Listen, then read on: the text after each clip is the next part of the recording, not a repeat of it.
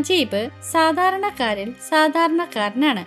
ഭാര്യ സൈനുവും ഉമ്മയുമുള്ള കൊച്ചു കുടുംബം. നാട്ടിൽ മണൽവാരൽ തൊഴിലാളിയായിരുന്ന നജീബിനെ യാദൃശികമായി ഒരു വിസ കിട്ടുന്നു.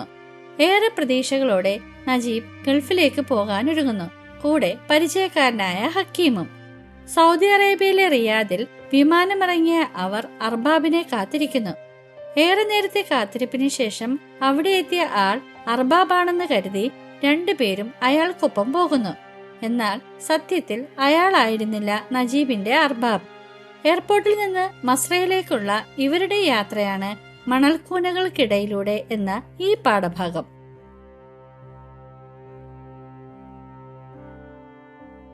അർബാബിനോടൊപ്പം ചെന്ന നജീബ് കാണുന്നത് വളരെ പഴക്കം ചെന്ന ഒരു വണ്ടിയാണ്. സാധാരണക്കാരനായ നജീബ് പോലും ഞാൻ കണ്ടിട്ടുള്ളതിൽ വെച്ച് ഏറ്റവും പഴക്കം ചെന്ന വണ്ടി എന്ന് പറയണമെങ്കിൽ ആ വണ്ടിയുടെ അവസ്ഥ നമുക്ക് ഊഹിക്കാം. നജീബിന്റെ ബാഗിൽ ഭാര്യ സൈനുവും ഉമ്മയും കൊടുത്തയച്ച അച്ചാറ് കുപ്പികൾ ഉണ്ടായിരുന്നു. അർബാബ് ബാഗ് തട്ടിപ്പറിച്ച് വണ്ടിയുടെ പിന്നിലേക്ക് എറിഞ്ഞപ്പോൾ അതൊക്കെ പൊട്ടിക്കാണുമോ എന്നോർത്ത് നജീബ് സങ്കടപ്പെടുന്നു. ഭാഗ്യത്തിന് ഹക്കീമിനെ ബാഗ് കൊണ്ടുപോയി പിന്നിൽ വെക്കാൻ കഴിഞ്ഞു. വണ്ടിയുടെ മുന്നിൽ അർബാബിനോടൊപ്പം കയറിയിരിക്കാൻ ഒരുങ്ങിയ നജീബിനോട് അയാൾ ദേഷ്യപ്പെട്ട് അറബിയിൽ എന്തൊക്കെയോ പറഞ്ഞു. പിന്നെ ദേഷ്യത്തോടെ ഇറങ്ങി വന്ന് കൈ പിടിച്ചു വലിച്ച് പിറകുവശത്തെ തുറന്ന ക്യാബിനിലേക്ക് തള്ളി. അവിടെയുണ്ടായിരുന്ന അലൂമിനിയം പാത്രങ്ങളും കുറച്ച് പുല്ലും കുറെ ചാക്കുകെട്ടുകളും കാണുമ്പോൾ അത് മനുഷ്യരെ കൊണ്ടുപോകാനുള്ള വണ്ടിയല്ല എന്ന് നമുക്ക് മനസ്സിലാക്കാം. വണ്ടി മുന്നോട്ട് നീങ്ങിയപ്പോൾ തങ്ങൾ നല്ല സ്പീഡിലാണ് പോകുന്നതെന്ന് നജീബിന് തോന്നുന്നു. പ്രധാന നിരത്തിലേക്ക് വണ്ടി ഇറങ്ങിയപ്പോൾ മറ്റു വാഹനങ്ങൾ അതിനെ പിന്തള്ളി മുന്നോട്ടു പോകുന്ന കാഴ്ച നജീബ് കണ്ടു. കറുത്ത പുക പുറന്തള്ളുന്ന വണ്ടിയിൽ ഗൾഫിന്റെ വീതികളിലൂടെ അവർ യാത്ര തുടങ്ങുന്നത് ഏറെ പ്രതീക്ഷകളോടുകൂടിയാണ്.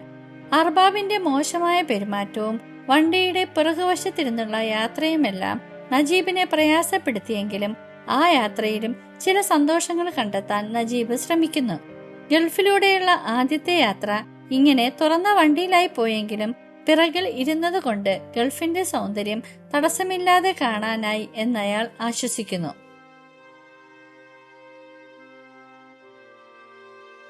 അന്ന് രാത്രിയിൽ ഒരു കുടിസ് വണ്ടിയിൽ അർബാബ് അവരെയും കൊണ്ട് മൈലുകളോളം യാത്ര ചെയ്തു. നഗരത്തിൻ്റെതായ വെളിച്ചത്തിന്റെ സൗന്ദര്യം പതുക്കെ ഇല്ലാതായി. നീളൻ പാതകളിൽ നിന്ന് മാറി ഇടവഴികളിലേക്കും പിന്നീട് മൺപാതയിലേക്കും വണ്ടി തിരിയുന്നതും വഴിയിലെ വെളിച്ചം കുറഞ്ഞ് ഇരുട്ടിലേക്ക് നീങ്ങുന്നതും നജീബ് മനസ്സിലാക്കി. തന്റെ ഉള്ളിലെ ഭീതി പങ്കുവെക്കാൻ ഹക്കീമിനെ നോക്കിയപ്പോഴേക്കും അയാൾ ഉറങ്ങിക്കഴിഞ്ഞിരുന്നു.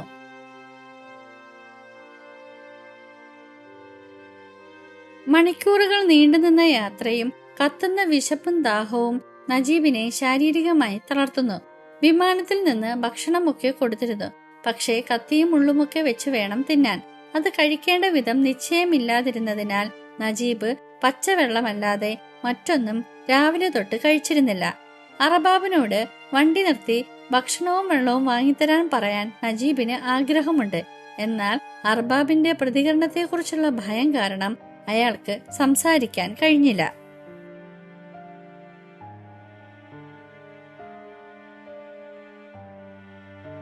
പോകുന്ന വഴിക്ക് ഭക്ഷണമോ വെള്ളമോ കിട്ടുന്ന രീതിയിലുള്ള കടകൾ ഒന്നും കാണാനില്ല. മണൽക്കൂനകൾക്കിടയിലൂടെയുള്ള യാത്രയിൽ ചുറ്റും ഇരുട്ടും പൊടിപടലങ്ങളും മാത്രം. നജീബിന്റെ മനസ്സിൽ ചെറിയൊരു പേടി തോന്നി തുടങ്ങി. താൻ സ്വപ്നം കണ്ട ഒരു ഗൾഫിലേക്കല്ല ഈ യാത്ര നീളുന്നത് എന്നൊരു തോന്നൽ. ഹക്കീമിന്റെ ഉറക്കവും നജീബിന്റെ ഏകാന്തതയെ വർദ്ധിപ്പിക്കുന്നു. തന്റെ ആശങ്കകൾ പങ്കുവെക്കാൻ ആരുമില്ലാത്ത അവസ്ഥയിലാണ് അയാൾ. അവ്യക്തതയുടെയും അജ്ഞാതമായ ഭാവിയുടെയും സൂചനകൾ മണിയനീച്ചയെ പോലെ നജീബിന്റെ മനസ്സിനെ വലം വെക്കുന്നു.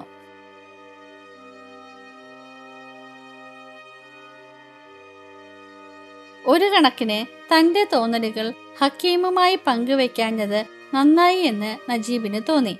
തന്നെപ്പോലെ മനഃശക്തിയുള്ള ആളല്ല ഹക്കീം എന്ന് അയാൾക്കറിയാം.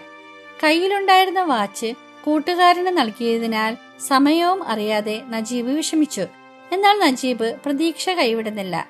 അർബാബിന്റെ കയ്യിൽ തന്റെ ജീവിതം സുരക്ഷിതവും ശോഭനവുമാകുമെന്ന് സ്വയം വിശ്വസിപ്പിക്കാൻ നജീബ് ശ്രമിക്കുന്നു. മനസ്സിൽ ശുഭപ്രതീക്ഷകൾ നിറച്ചുകൊണ്ട് ഉറക്കമായി തുടങ്ങിയ നക്ഷത്രങ്ങളെ നോക്കി ഒരു പുൽക്കെട്ടിൽ തലചായ്ച്ചുകൊണ്ട് നജീബ് പതിയെ ഉറക്കത്തിലേക്ക് വഴുതി വീഴുന്നു. അടുത്ത നാൾ സൂര്യൻ ഉദിക്കുമ്പോൾ അതിജീവനത്തിനായുള്ള തന്റെ പോരാട്ടം ആരംഭിക്കുമെന്ന സത്യം തിരിച്ചറിയാതെ.